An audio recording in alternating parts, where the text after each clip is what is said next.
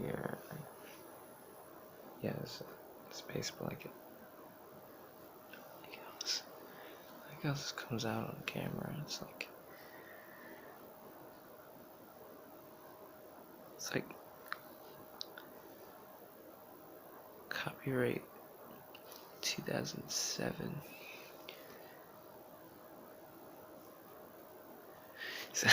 Sorry, I'm kind of spacing out there, no pun intended.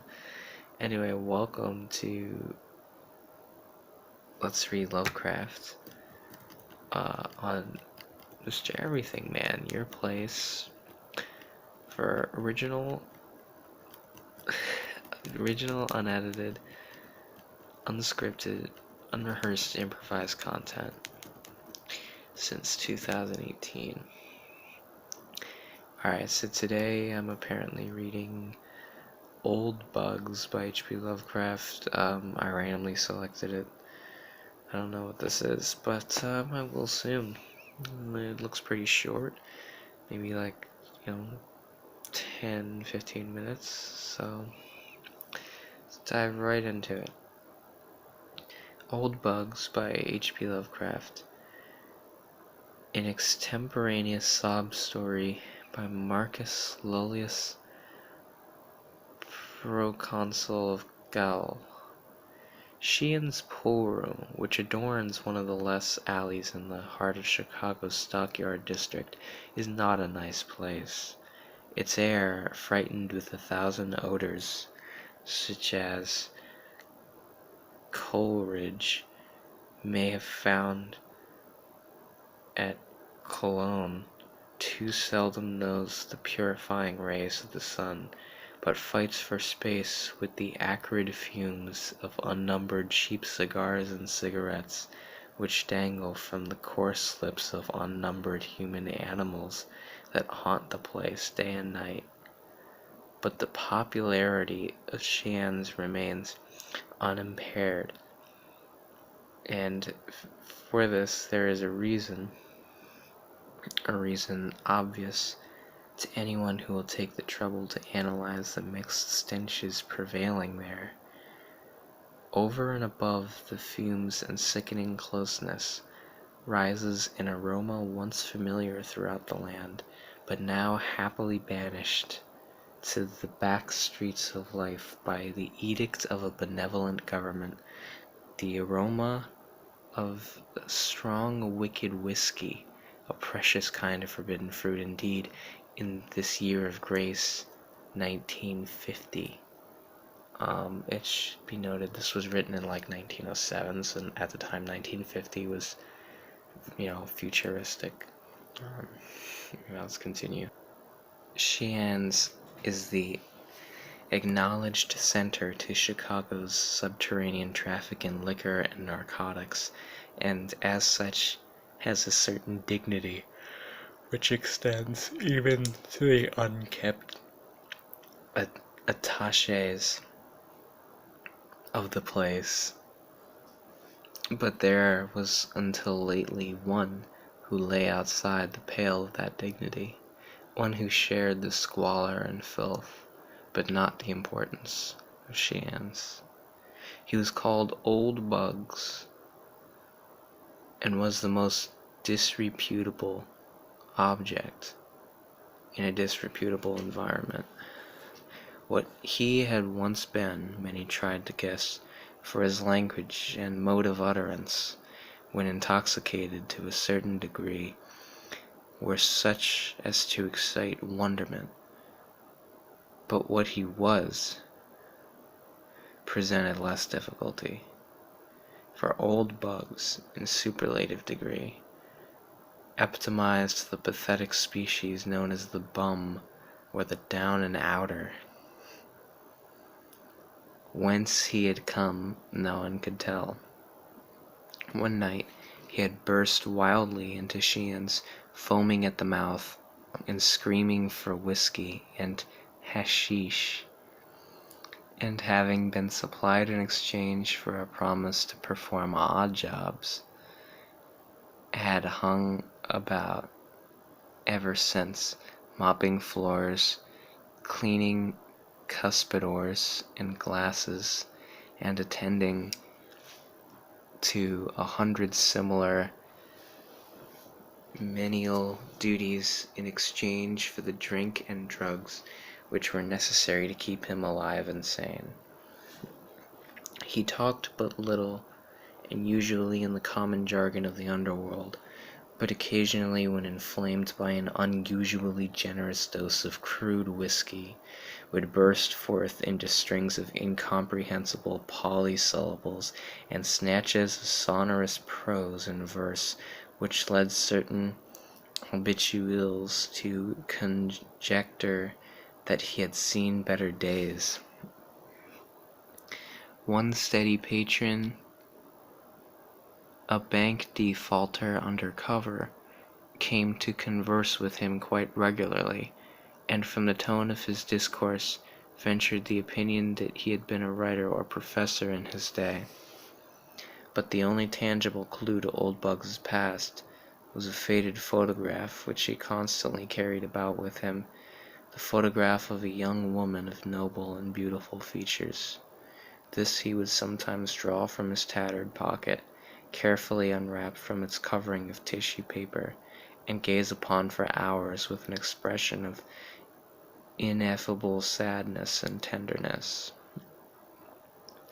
It was not the portrait of one whom an underworld denizen would be likely to know, but of a lady of breeding and quality, garbed in the quaint attire of 30 years before.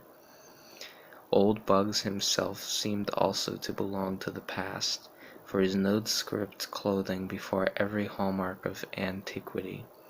He was a man of immense height, probably more than 6 feet, though his stooping shoulders sometimes belied this fact. His hair, a dirty white and falling out in patches, was never combed, and over his lean face grew a mangy stubble of coarse beard, which seemed always to remain at the bristling stage, never shaven, yet never long enough to form a respectable set of whiskers. His features had perhaps been noble once, but were now seamed with the ghastly effects of terrible dissipation. At one time, probably in middle life, he had evidently been grossly fat, but now he was horribly lean, the purple flesh hanging in loose pouches under his bleary eyes and upon his cheeks. Altogether, old Bugs was not pleasing to look upon. The disposition of old Bugs was as odd as his aspect. Ordinarily, he was true to the derelict type, ready to do anything for a nickel or a dose of whiskey or hashish, but at rare intervals he showed the traits which earned him his name. Then he would try to straighten up, and a certain fire would creep into his sunken eyes. His demeanor would assume an unwonted grace and even dignity, and the sodden creatures around him would sense something of superiority, something which made them less ready to give the usual kicks and cuffs to the poor button drudge. At these times he would show a sardonic humor and make remarks with the folk of Xi'an's deemed foolish and irrational. And make remarks which the folk of Xi'an's deemed foolish and irrational. But the spells would soon pass, and once more old Bugs would resume his eternal floor scrubbing and capsador cleaning. But for one thing, old Bugs would have been an ideal slave to the establishment, and that one thing was his conduct when young men were introduced for their first drink. The old man would then rise from the floor in anger and excitement, muttering threats and warnings, and seeking to dissuade the novices from embarking upon their course of seeing life as it is. He would sputter and fume, exploding into sea-squiped bacchanalian admonitions and strange oaths, and animated by a frightful earnestness which brought a shudder to more than one drug-racked mind in the crowded room. But after a time his alcohol-enfeebled brain would wander from the subject, and with a foolish grin he would turn once more to his mop or cleaning rag. I do not think that many of the Shian's regular patrons will ever forget the day that young Alfred Trevor came. He was rather a fine, a rich and high-spirited youth who would go the limit in anything he undertook. At least that was the verdict of Pete Schultz, Cian's runner, who came across the boy at Lawrence College in the small town of Appleton, Wisconsin. Trevor was the son of prominent parents in Appleton. His father, Carl Trevor, was an attorney and citizen of distinction, whilst his mother had made an enviable reputation as a poet under her maiden name of Eleanor Wing. Alfred was himself a scholar and poet of distinction, though cursed with a certain childish irresponsibility which made him an ideal prey for Shian's runner. He was blond, handsome, and spoiled, vivacious and eager to taste the several forms of dissipation about which he had read and heard. At Lawrence he had been prominent in the mock fraternity of Tappa Tappa Keg, where he was the wildest and merriest of the wild and merry young roisterers. But this immature collegiate frivolity did not satisfy him. He knew deeper voices through books, and he now longed to know them at first hand. Perhaps this tendency toward wildness had been stimulated somewhat by the repression to which he had been subjected at home, for Mrs. Trevor had particular reason for training her only child with rigid severity. She had, in her own youth, been deeply and permanently impressed with the horror of dissipation by the case of one to whom she had for a time been engaged. Young Galpin, the fiancé in question, had been one of Appleton's most remarkable sons.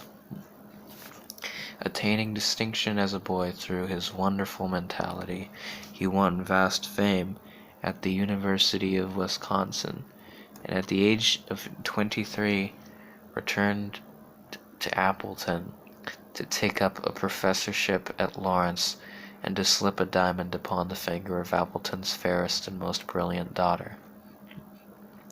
For a season all went happily, until without warning the storm burst. Evil habits, dating from a first drink taken years before in woodland seclusion, made themselves manifest in the young professor, and only by a hurried resignation did he escape a nasty prosecution for injury to the habits and morals of the pupils under his charge. His engagement broken, Galpin moved east to begin life anew, but before long Appletonians heard of his dismissal and disgrace from New York University, where he had obtained an instructorship in English. Galpin now devoted his time to the library and lecture platform, preparing volumes and speeches on various subjects connected with belles lettres, and always showing a genius so remarkable that it seemed as if the public must sometime pardon him for his past mistakes. His impassioned lectures in defense of Villon, Poe, Verlaine, and Oscar Wilde were applied to himself as well, and in the short Indian summer of his glory, there was talk of a renewed engagement at a certain cultured home on Park Avenue. But then the blow fell, a final disgrace compared to which the others had been as nothing, shattered the illusions of those who had come to believe in Galpin's reform, and the young man abandoned his name and disappeared from public view.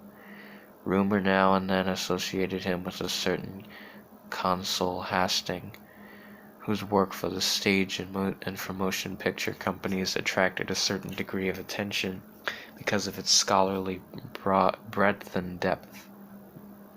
But Hastings soon disappeared from the public eye, and Galpin became only a name for parents to quote in warning accents.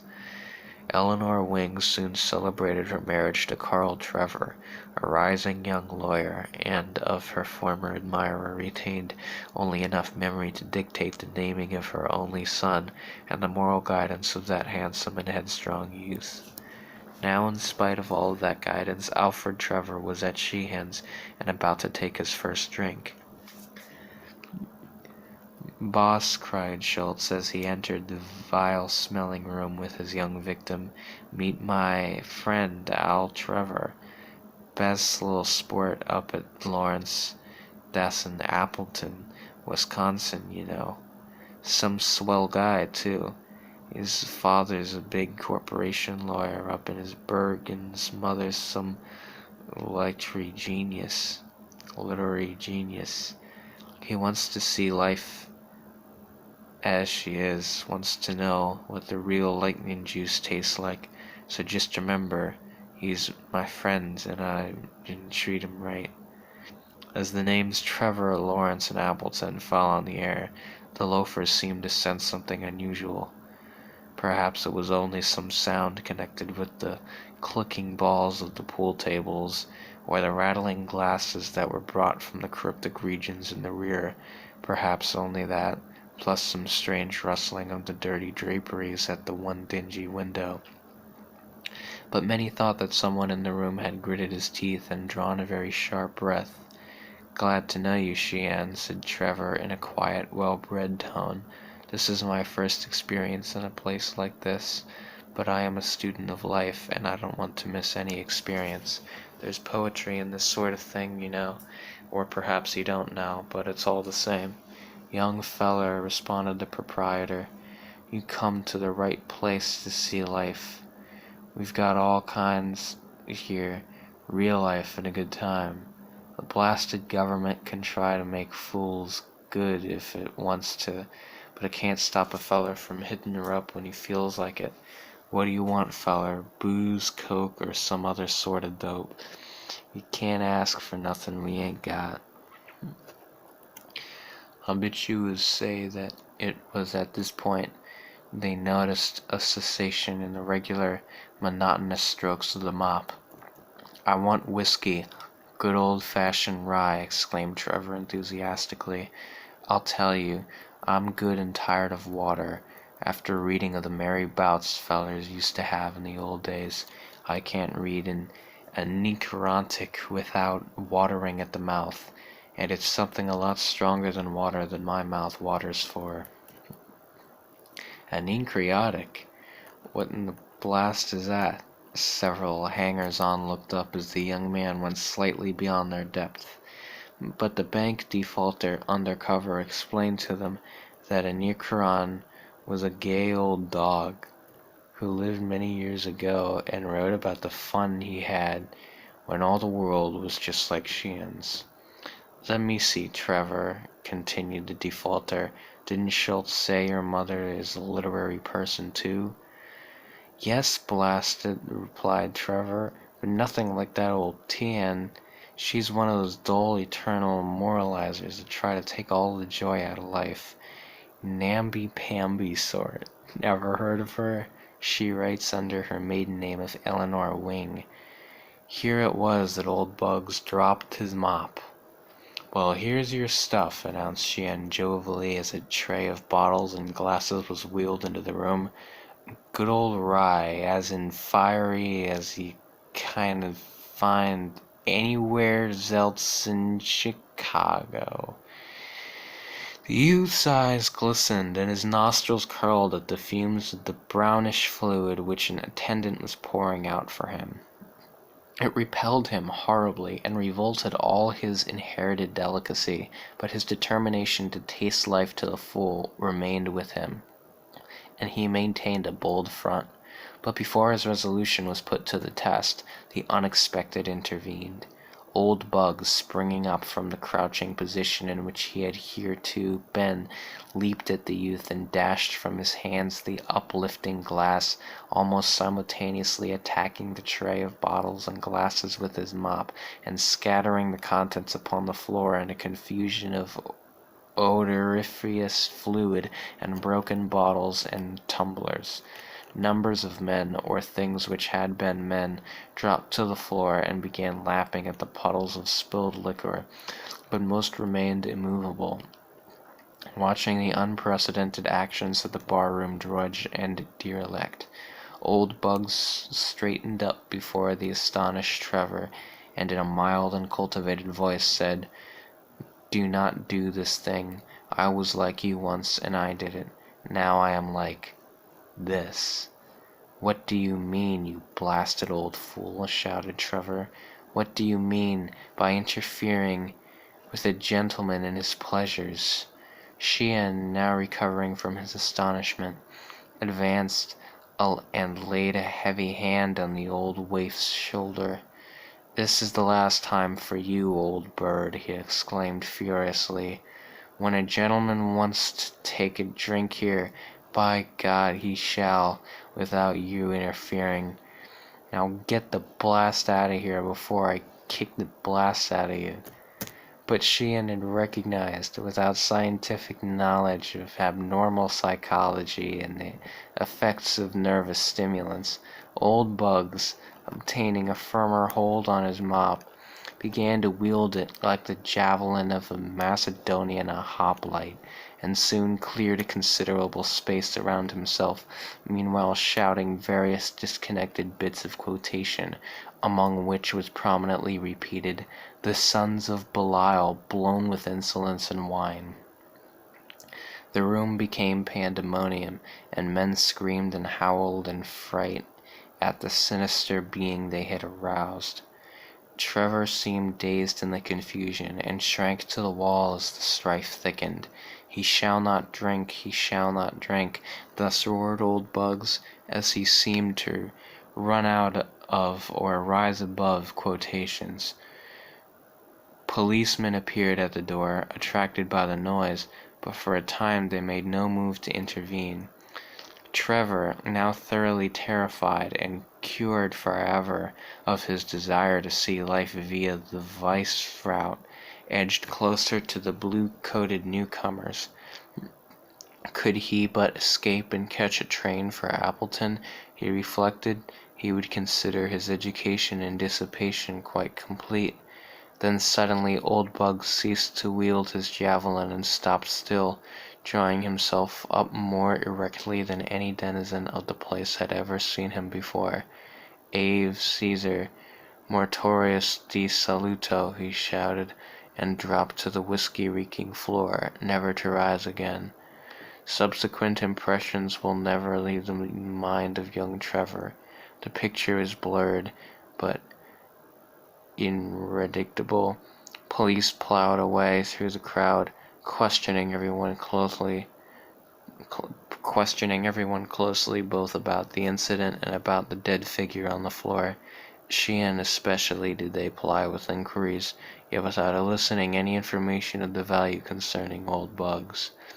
Then the bank defaulter remembered the picture and suggested that it be viewed and filed for identification at police headquarters. An officer bent reluctantly over the loathsome glassy-eyed form and found the tissue-wrapped cardboard which he passed around among the others. "Some chicken," leered a drunken man as he viewed the beautiful face, but those who were sober did not leer, looking with respect and abashment at the delicate and spiritual features.